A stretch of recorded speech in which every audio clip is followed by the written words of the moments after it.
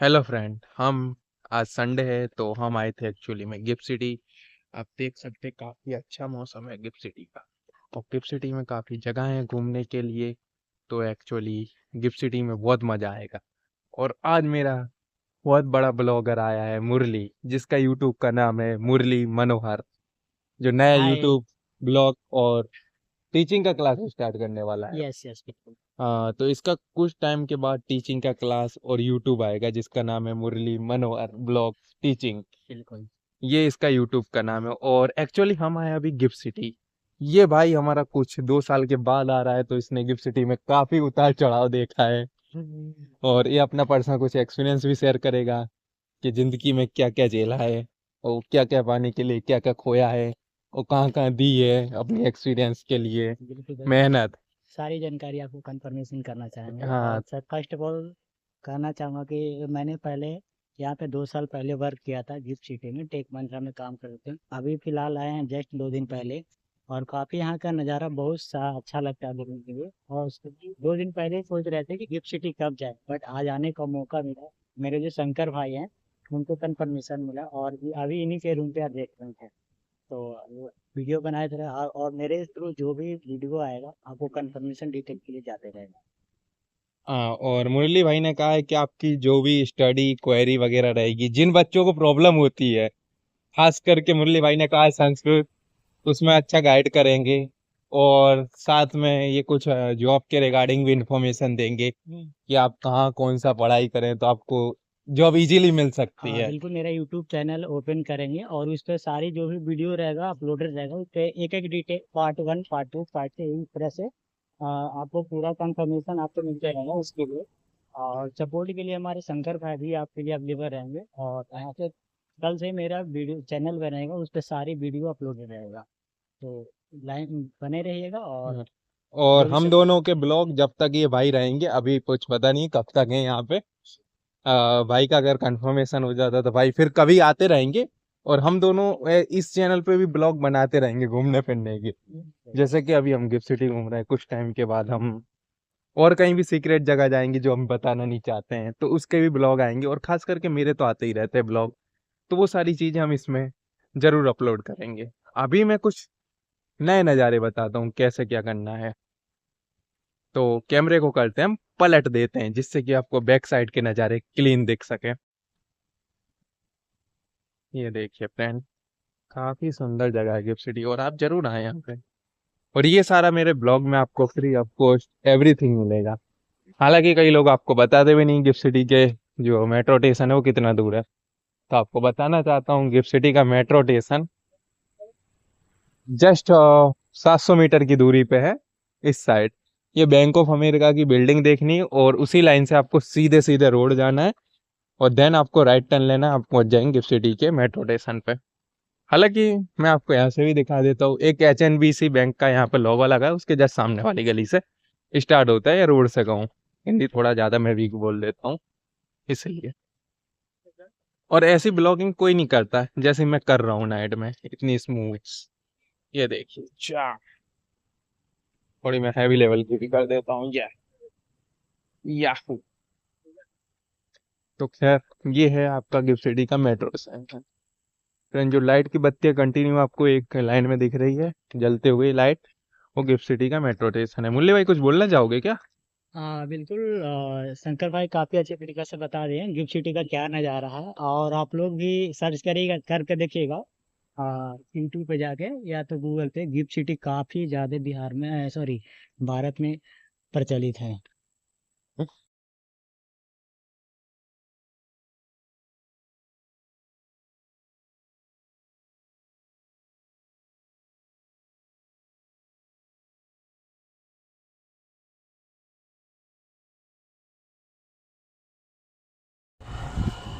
तो फ्रेंड, अब मैं थोड़ी डिटेल में बताता हूँ। ये वो क्या है एक्चुअली, वो टावर 1 है। टावर 2 1 के बाजू में TCS के बाजू में SBI की मैं कुछ खासियत बताता हूँ। ये है SBI बैंक, जो कि ये बैक ऑफिस है एक्चुअली, ये बता नहीं सकता हूँ, कुछ चीज़ें हैं पर्सनल। ये बड़े बिल्डिंग है SBI की। उसके बाद है ग्रैंड मर्कुरी, जो एक होटल है। उसके बाजू में LIC है, और LIC के बाजू में गूगल, IBM एंड एसेंचर की बिल्डिंग है। फिर हम SBI के सामने वाली साइड की बात करते हैं, जहाँ पे शुरू होती है आपकी 4-5 बिल्डिंग है, जिनमें से कुछ का नाम सामने मेंशन हो रहा है तो उनके मैं बता देता हूँ। उस साइड से फर्स्ट बिल्डिंग है, ये देखो मैंने जूम किया, वो वाली है जो येलो कलर की दिख रही है, वो है BIFC। दैन उसके बाजू में है बैंक ऑफ अमेरिका के बाजू में है प्रज्ञा के बाजू में है। ऐसे करके 3-4 बिल्डिंग है, और इसी लाइन में थोड़ा आगे जाके मेट्रो स्टेशन है। अब मैं बात करता हूँ यहाँ पे क्या क्या रहता है। यहाँ पे आप गिफ्ट सिटी का जो मतलब है वो आपका है गुजरात फाइनेंशियली, मेरे अकॉर्डिंग यही है, Gujarat tech financially services finance. तो इसलिए यहाँ पे बहुत सारे लोग आते हैं और ये बहुत इंजॉय वाली जगह है मेरे अकॉर्डिंग। तो क्या मैं सही बोल रहा हूँ मुरली भाई? बिल्कुल राइट आपने बताया, जो भी बताया। और अब मैं थोड़ा और डिटेल में बताता हूँ। यहाँ पे जितनी बैंकें हैं वो IT एंड फाइनेंस की बैंकें हैं। सॉरी, IT एंड फाइनेंस की जॉब है, बैंक नहीं। बैंक तो फाइनेंस की हैं, सेल्स की है, सब तरह की हैं।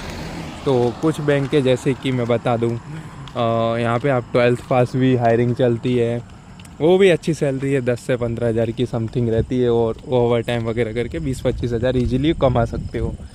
और भी बैंकें हैं। और यहाँ की खासियत है गिफ्ट सिटी की, जितनी भी कंपनियां हैं वो नॉन सेल्स बेस हैं, मतलब यहाँ पे टारगेट वाला वर्क नहीं है मेरे हिसाब से। क्या सही बोल रहा हूँ मुरली भाई? बिल्कुल बिल्कुल सही आपने बताया, जो भी इंफॉर्मेशन दे रहे हैं वो सही है। हाँ, और यहाँ पे कुछ टाइम पहले ही Coca Cola ice cream and cake के लिए शॉप्स ओपन हुए। कोकी है, मेपाल है, 91 है, वो हमारे एंजॉय और कैफ़े एरिया ही है। जस्ट इज कैफ़े ही समझ लीजिए आपने, उसके अंदर सब चीज़ें हैं। और यहाँ तक कि संडे सैटरडे को वहाँ पे फ्री में FM रेडियो के गाने वाले भी आते हैं जो मस्त सिंगिंग करते हैं। ये बात भी मैं रियल बोल रहा हूँ। और इसके बाद अगर आपको जॉब करनी हो या कुछ भी चाहिए हो, कॉन्ट्रैक्ट गुजरात में जॉब कहीं पे भी करनी हो, तो हमारे इस ब्लॉग में आप कमेंट या मैसेज करें, और जॉब अवेलेबल होगी तो हम आपको ज़रूर आपकी रिज्यूम के मैच के हिसाब से जॉब प्रोवाइड करने की कोशिश करेंगे। अब इसके बाद मैं बात करता हूँ TCS। ये भी फाइनेंस की है बेसिकली, ये वाली TCS फाइनेंस की है। जैसे कि फाइनेंस में लोन हो गया, इंश्योरेंस हो गया, उसकी ये TCS है। आपने समझा होगा कि TCS IT का ही काम करती, नहीं पे TCS बैंकिंग के भी प्रोजेक्ट पे वर्क करती, IT के भी प्रोजेक्ट पे वर्क करती, मल्टीनेशनल कंपनी, इसलिए इसके मल्टीनेशनल प्रोडक्ट चलते हैं। आगे है जो QC फर्स्ट आवर, उसके अंदर कुछ 24 या 25 कंपनियाँ हैं समथिंग। पर कंपनी अलग अलग के हिसाब से अलग अलग डेस्टिनेशन पे वर्क होता है उसमें। सपोज कई कंपनी आपकी फाइनेंस पे वर्क करती है, कई कंपनी की प्रोजेक्ट पे वर्क करती हैं। जो मुरली भाई ज्वाइन करने की सोच रहे हैं वो बहुत बड़ी कंपनी MNC कंपनी है, वो टेक महिंद्रा में मुरली भाई हमारे वर्क करने वाले हैं, और वो बहुत बड़ी कंपनी है। और इससे पहले मुरली भाई एक्सेस में वर्क करते थे, और एक्सेस से पहले फर्स्ट सोर्स में वर्क करते थे। हाँ, इसके पहले मैं फर्स्ट सोर्स FSL में वर्क किए थे, वहाँ पे 6 मंथ काम किए थे। उसके बाद टेक महिंद्रा वर्क कर लिया था, बैंक ऑफ बड़ौदा का, फिर 6 मंथ फिर वर्क किए थे, और फिर एक्सिस बैंक में वर्क किया, और देन फिर रिटर्न आया है टेक महिंद्रा। और टेक महिंद्रा काफ़ी बड़ी कंपनी है, बहुत नामी कंपनी है, और इंडिया की MNC और सबसे अच्छा है मैं आपको बताऊं शंकर जी कि इसमें कोई टारगेट वगैरह नहीं रहता है, और टारगेट के साथ साथ आपको कुछ यहाँ पे सीखने के लिए जो लर्निंग के साथ साथ अर्निंग पर्सन भी आप कर सकते हैं। स्टडी वगैरह करना है तो उससे एक्नॉलेजमेंट भी आप कर सकते हैं, जिससे आपको कुछ सीखने के लिए मिल सके। तो आइए हम इस लाइन पर थोड़ा ब्लॉगिंग करते हैं, अगर मुरली भाई टाइम हो आपके पास तो हम बात कर रहे थे कि टेक महिंद्रा क्यों ज्वाइन करनी चाहिए। बेसिकली टेक महिंद्रा की अभी जो नई फैसिलिटी आई वो ओनली 5 वर्किंग डे है मेरे अकॉर्डिंग। तो लोगों को इसलिए करनी चाहिए, 5 वर्किंग डे, 2 दिन की छुट्टी रहेगी, तो आपकी सैलरी आएगी, तो आप कुछ घूम भी सकते हो, फैमिली के साथ एंजॉय भी कर सकते हो अगर फैमिली के साथ रह रहे हो तो। सबसे अच्छा मैं यहाँ पे बताऊँ शंकर जी कि यहाँ पे है कि 5 डेज़ के वर्किंग के साथ 2 दिन आपको फैमिली के साथ स्पेंड करने के लिए टाइम मिलेगा। इससे आपको टाइम की बचत होगा, साथ साथ आपको इस काम में आपका मन भी लगेगा काम करने का जी। और आप बिल्डिंग पे ज़रूर गाइस ध्यान रखें, हम लोग बातें कुछ भी करें, आप बिल्डिंग पे गौर करें। जैसे BIFC की बहुत अच्छी बिल्डिंग है, और हमारे मुरली भाई का ग्रेजुएशन रिसेंटली कंप्लीट होने वाला है, तो उसके बाद मैं मुरली भाई को एक आईटी कंपनी में सजेस्ट करूँगा। तो मुरली भाई से कुछ पर्सनल चीज़ें पूछते हैं, जैसे कि उनने एक्सपीरियंस बताया। तो मुरली भाई का ग्रेजुएशन हुआ था कौन से स्ट्रीम से हुआ, मतलब बीएससी है, मैथ है, साइंस है, कौन से? मेरा बीएससी था, फिजिक्स था ऑनर्स। वाह। यार मगध यूनिवर्सिटी गया से मैंने किया था। बेसिकली मेरा जो पढ़ाई हुआ था स्टडी वो जहानाबाद से हुआ था, बिहार जहानाबाद। आप नाम सुनेंगे, सर्च भी कर लीजिएगा।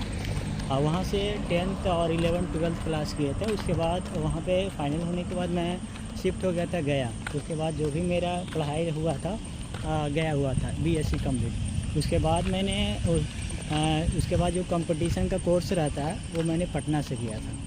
तो काफ़ी अभी तक एक्सपीरियंस अच्छा रहा। और साथ साथ मैंने BFSI का कोर्स किया है, banking financial service and insurance. उसमें अगर आप कोर्स करते हैं तो वहाँ पे आपको बहुत सारी कम्युनिकेशन स्किल्स हो गया, बॉडी लैंग्वेज हो गया, या किस तरह से एक दूसरे के प्रति कम्युनिकेट कर सकते हैं, कम्युनिकेशन स्किल्स हो गया, बहुत चीज़ें सीखने के लिए मिलता है। साथ साथ एक दूसरे को कैसे बिहेव कर सकते हैं, आपको फाइनेंशियली या किसी के बारे में या थिंकिंग पावर या दैट्स इट जो भी रहे, आपको सीखने के लिए बहुत सारे मिलता है। और मैंने प्रॉपर तरीक़ा से वहाँ पे स्टडी किया। उसके बाद मैं यहाँ पे गुजरात शिफ्ट हो गया टेक महिंद्रा में। फर्स्ट मैंने FSL शिफ्ट किया, उसके बाद टेक महिंद्रा में। और उसके बाद मैं जैसे मेरा हुआ, मैं सेल्स का भी मेरे पास हुआ 1 साल 1.5 साल का एक्सपीरियंस है। उसके बाद मैंने सोचा कि इतना सारा एक्सपीरियंस है तो कहीं ना कहीं मैं अपना फैमिली को स्पेंड कर सकते हैं। इसके वजह से अभी रिसेंटली मैं टेक महिंद्रा में ज्वाइन करने के लिए है। तो मेरा सजेशन यही रहेगा कि आप भी एक्सपीरियंस लीजिए, आप भी एक दूसरे से सीखिए। क्या सीजन है, बड़ा छोटा, इनको मैटर नहीं रखता है। आपका माइंडसेट जो रहता है, सबसे बड़ा चीज़ माइंडसेट पर करिए। माइंडसेट अगर सही रहेगा कि मुझे इस टाइम के अकॉर्डिंग हमको वर्क करना है। सपोज डेट आज आपने प्लानिंग किया कितना दिन कहाँ पे स्पेंड करना है और कितने समय के अंदर करना है, डिपेंड आपके ऊपर रहेगा। बाकी शंकर जी, मैं आपसे एक बात पूछना चाहूँगा जी। रिसेंटली आपका जो ओवरऑल एक्सपीरियंस रहा है इस कंपनी में, आप तो मेरे से पुराना एक्सपीरियंस और मेरे से काफ़ी बड़े पर्सन, तो मैं आपको आदर और सम्मान करता हूँ इस बारे में। एक्चुअली मैं बोलना चाहूँगा, मैं कोई बड़ा पर्सन नहीं हूँ और आदर सम्मान नहीं की बात दूर की बात है।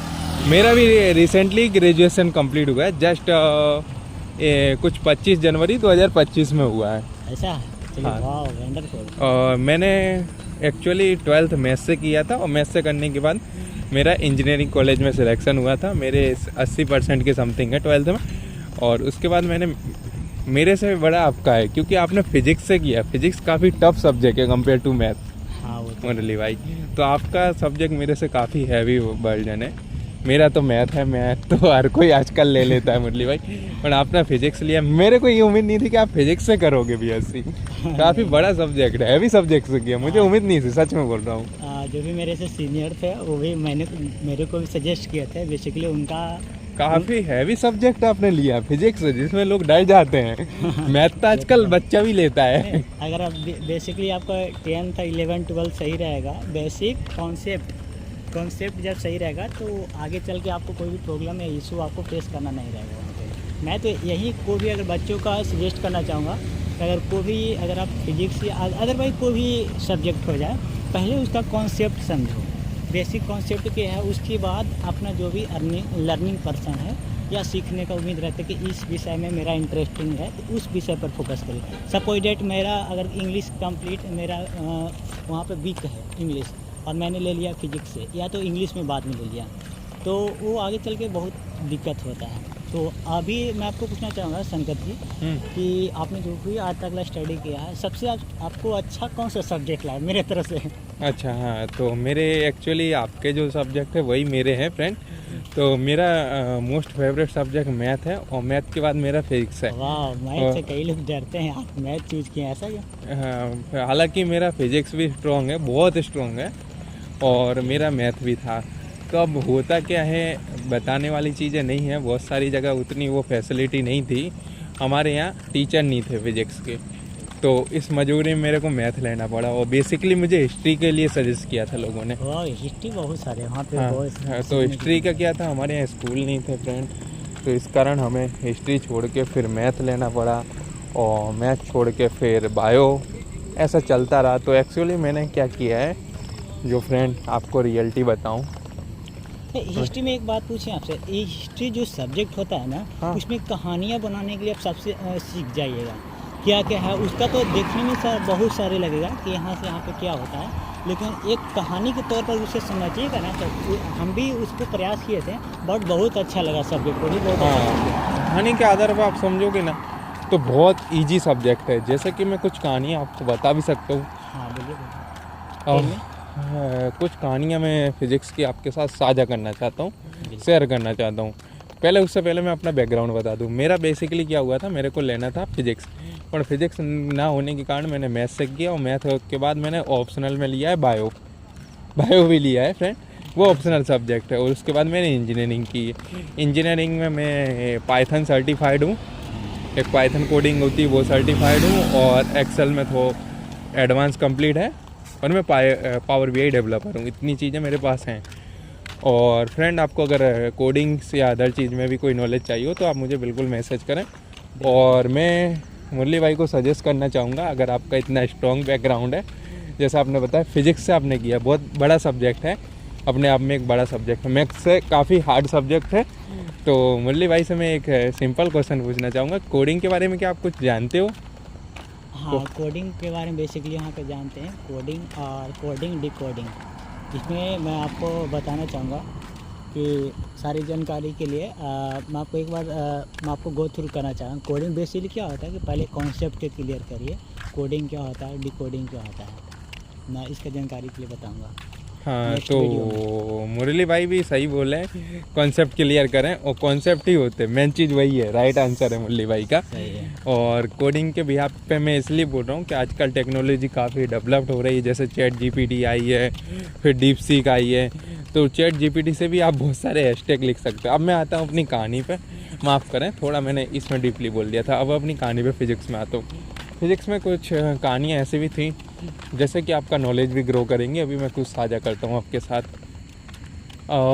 एक कहानी है 9th क्लास की, पृथ्वीराज चौहान की, जो फेमस कहानी है। अच्छा, हाँ बताइए। पृथ्वीराज चौहान की कहानी कुछ ऐसी होती है, स्टार्टिंग जो भी इतिहास बताया जाता है कुछ हद तक सही है, कुछ हद तक थोड़ा बहुत बढ़ा चढ़ा के बता देते हैं, या तो कहीं गलत बताते कहीं सही बताते। अब मैं, और उसके बाद दूसरा कंसेप्ट ये है कि हमें हिंदू राजाओं का कम इतिहास बताया गया है।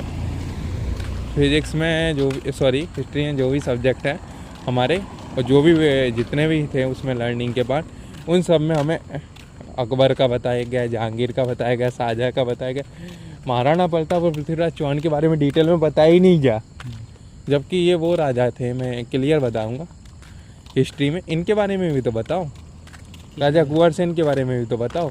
अब पृथ्वीराज चौहान के पास ये खासियत थी फ्रेंड कि वो आंखें बंद करके अपना निशाना लगा सकता था। ऐसा?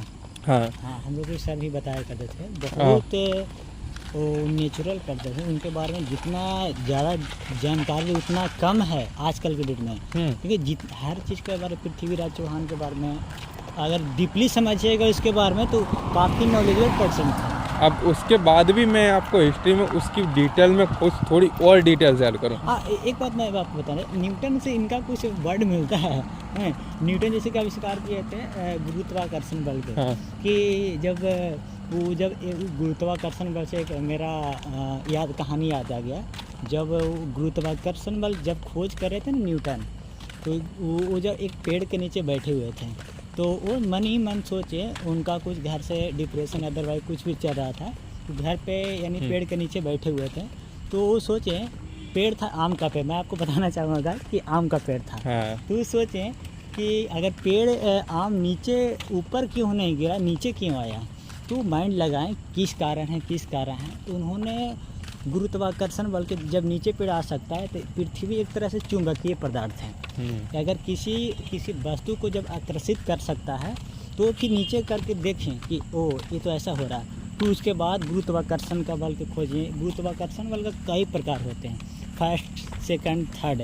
जैसे बंदूक से छोड़ा हुआ गोली, ये तृतीय गुरुत्वाकर्षण बल के अंदर आते थे। उनके द्वारा सिद्धांत के कोडिंग हम लोग कर रहे हैं। अदरवाइज तो न्यूटन के बारे में जितना समझिएगा उतना कम है।